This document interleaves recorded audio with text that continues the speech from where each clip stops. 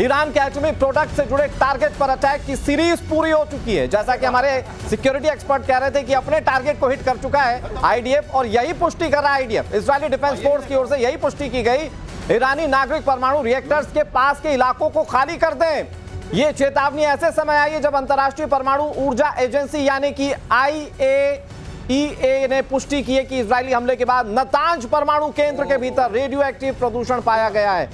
Sir ये बहुत चिंता की बात लग रही है श्रीवास्तव सर। अब बोरोन की जरूरत पड़ेगी सर जी, इनके ऊपर भी बोरोन डालना पड़ेगा। अब ये समझ गए रेडिएशन को कंटेन करना पड़ेगा, उसमें जरूर आएगा, IA आएगा। और वो जो आपने देखा था इजिप्ट का जहाज आया था बोरोन लेकर के, ये पाकिस्तान के मामले में भी ये बात थोड़ी चली थी, तो वो होगा और इसको दबाया जाएगा। अब इनको समझ में आ गया, इसीलिए जो आप बात देखें इन केंद्र बिंदु, इन बिंदुओं को जोड़ना पड़ेगा कि उनका फॉरेन मिनिस्टर कहना शुरू कर रहा है कि अगर वो बंद कर दे हम बंद कर देंगे।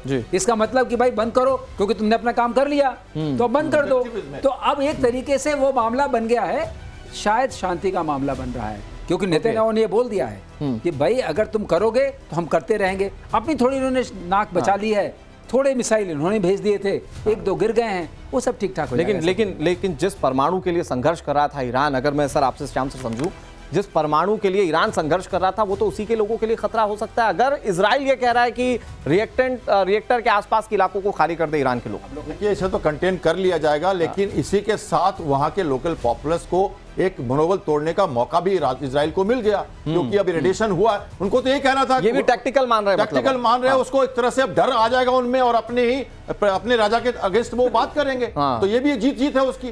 तो इतना ही मारना है जितना जरूरी है और उसको रोकना है। और नेतन्याहू ने ये कहते हुए फूट डालने की कोशिश की थी कि हमारी लड़ाई सरकार से लोगों से नहीं है, तो आप विद्रोह कीजिए। बिल्कुल ये नेतन्याहू ने कहा था। सर मैं आपके पास आऊं, एक बहुत बड़ी खबर आ रही है, ईरान इजराइल वॉर में अमेरिका शामिल नहीं होगा।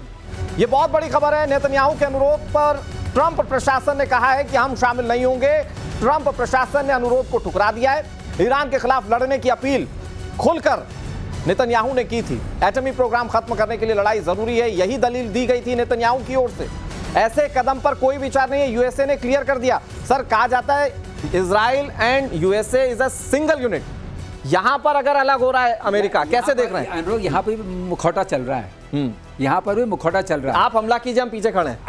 पीछे नहीं खड़े हैं, सारी इंफॉर्मेशन टारगेट की वो दे रहे हैं, कह रहे हैं हम इंटरसेप्शन करेंगे।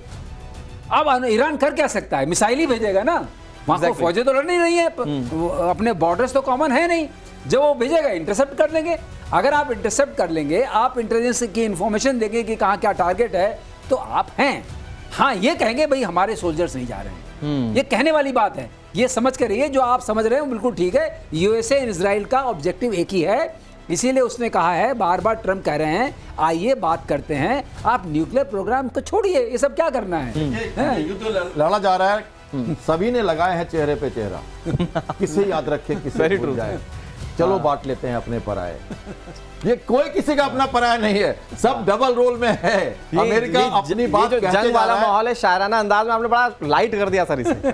क्योंकि अच्छी सूचना है, ये युद्ध अपनी तरफ जा रहा है, डायरेक्टिव्स मेट हो गए हैं। ये तो युगों की लड़ाई चल रही है, तुम 10 मिसाइल हम 15 मिसाइल करके सावधान हो जाएंगे और खुश हो जाएंगे। उसके बाद अब वो घुटने तक आ भी चुका है, घुटने टेक भी चुका है, और ईरान अपनी मध्यस्थता के लिए खुद ही गुहार लगा रहा है, जो ऑपरेशन सिंदूर का पूरा पुनरावृत्ति कह लेते हैं, रिवीजन कह लेते हैं भाई। आपको पता है, सब लोग अब हमारे दर्शक बड़े अच्छे से अब इसको समझ रहे हो कि हमने क्यों रोका था ऑपरेशन। ठीक है, बहुत अर्जेंसी में खबर आ गई है। प्रेसिडेंट पुतिन और ट्रंप के बीच फोन पर बातचीत हुई है, ये बहुत बड़ी खबर। ईरान और इजराइल युद्ध को लेकर बातचीत हुई, वॉर को जल्दी खत्म करने पर जोर दोनों का है, ये बड़ी खबर हम आपको बता रहे हैं। इस बीच एक और बड़ी खबर आपको बताते हैं। खबर यमन में हुती विद्रोहियों के टॉप कमांडर पर अटैक को लेकर। इजरायली एयरफोर्स ने हुती मिलिट्री चीफ पर अटैक कर दिया है। अब इजराइल देखिए किस किस मोर्चे पर नहीं लड़ रहा है, उधर लेबनान को मारा, इधर हमास के खिलाफ कार्रवाई, इधर ईरान पर लगातार अटैक चल रहा है, इधर हुती मिलिट्री चीफ पर भी अटैक की खबर। एयर स्ट्राइक में हुती कमांडर पर बड़ी कार्रवाई की गई है। यहां पर हुती कमांडर रहता था और उस पर कार्रवाई की गई। और इस बीच एक और बड़ी खबर, राफेल पर पाकिस्तान का झूठ एक बार फिर से बेनकाब हुआ है। राफेल बनाने वाली कंपनी डसॉल्ट एविएशन के सीईओ ने बड़ा बयान दिया। पाकिस्तान का 3 राफेल गिराने का दावा पूरी तरह से गलत है। F-35 और सभी चीनी विमानों से बेहतर है राफेल, ये डसॉल्ट के सीईओ कह रहे हैं।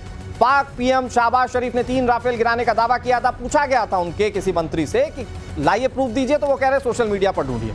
खैर, और अब इस पर पूरी तरह से क्लियरिफिकेशन आ चुका है। जो 3 राफेल गिराने की बात कही गई थी वो पूरी तरह से झूठी है पाकिस्तान की। मेजर गौरव आर्य हमारे साथ लगातार जुड़े हुए हैं। जिस तरह से राफेल को लेकर पाकिस्तान का झूठ बेनकाब हो रहा है सर बार बार, उसी तरह पाकिस्तान लगातार ऑपरेशन सिंदूर में अपनी तबाही की इंटेंसिटी को भी छुपाने पर लगा हुआ है।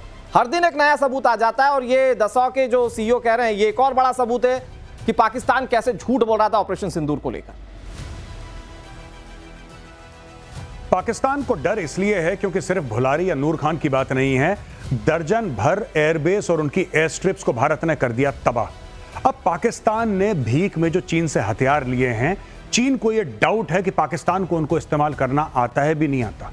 दूसरी बात, चाइना के हथियारों की क्वालिटी काफी खराब है, तो चाइना यह चाहता है कि ठीकरा जो है वो पाकिस्तान के फूट जाए।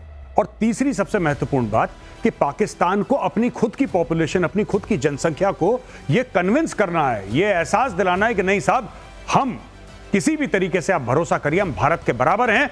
अगर भारत हमारे ऊपर हमला करता है तो हमारे अंदर इतनी सलाहियत है कि भारत को मुंहतोड़ जवाब दें। इसलिए पाकिस्तान अपनी नाकामयाबी छुपा रहा है। यह पूरा जो आसिम मुनीर का राज है, यह फरेब और झूठ पे मबनी है। अगर झूठ से पर्दा हट जाएगा फिर 24 घंटे भी आसिम मुनीर टिक नहीं पाएगा। Well said. और अगर सिर्फ मीम्स बनाकर जंग जीतनी हो तो ये पाकिस्तानी कर सकते हैं, जो वो करते आ रहे हैं। खैर, एक और बड़ी खबर का रुख कर लेते हैं। इजराइल के ऑपरेशन राइजिंग लॉयन का एक वीडियो वायरल हो रहा है। बीच हवा में इजराइल की फाइटर की रिफ्यूलिंग हुई है। सीरिया के आसमान में F-16 की रिफ्यूलिंग हुई।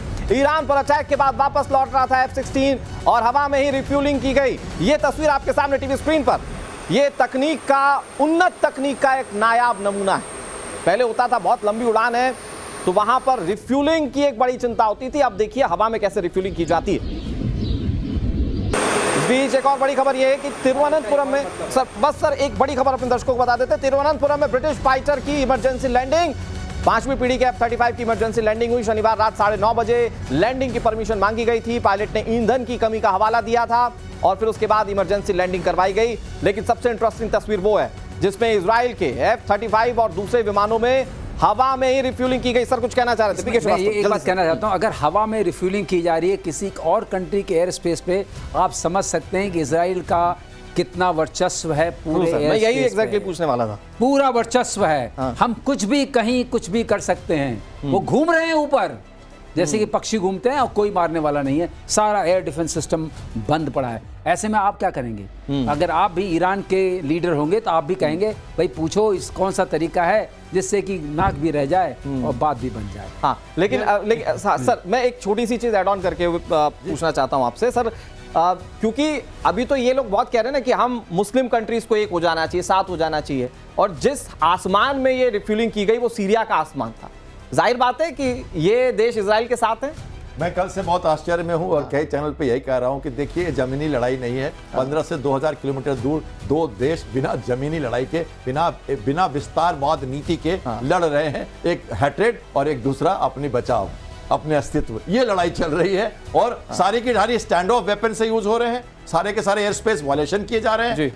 IRM भी हो या बैलिस्टिक मिसाइल हो, भले स्पेस में जाके आ जाए, और फाइटर एयरक्राफ्ट को तो गुजरना ही पड़ेगा। बीच में जोर्डान है और जोर्डान में कल मारा है मिसाइल तो उसके टुकड़े गिरे हैं, ये भी आपने देखा। और जोर्डान कुछ नहीं कह रहा, सीरिया कुछ नहीं कह रहा, और उनको रेड सी से तो जा नहीं सकते आप। अभी तो पोर्ट, अगर हुती अटैक करेगा तो पोर्ट ऑफ इलियाट है उनका, जो नीचे है, सुएज कैनाल के पास ऊपर है, रेड सी में है, वहां से भी अटैक हो सकता है। पर ये क्राफ्ट जो जा रहे हैं सीधे direct as the crow flies distance से जा रहे हैं, क्योंकि वो शॉर्टेस्ट डिस्टेंस है। और 200 फाइटर एयरक्राफ्ट कैसे गए थे? ड्रोन के साथ जब अटैक एक बार पहली बार हुआ था तो एयर स्पेस वायलेशन हुआ था। बिल्कुल। और तब जब जाके ईरान ने अपना एयर स्पेस बंद किया। बिल्कुल सर। देखिए ये मैं आपको कहना चाहता हूं एक बार कि ऑपरेशन अपने स्टार्ट किया, operation rising lion. Rising lion मतलब वो दहाड़ता हुआ शेर अब खड़ा हो गया। वो इजराइल ने उसकी एक बड़ी छवि पेश की है जी। नहीं, पाकिस्तान को भी जो मैसेज है मैं कहना चाहता हूं, राइजिंग लाइन का मतलब उस क्षेत्र में एक छोटा सा अरबिया भी उसके टक्कर का। श्रीवास्तव सर एक छोटा सा टॉपिक जिस पर आप बात कर पाए अगर, कि F-35 जो विमान था वो ब्रिटिश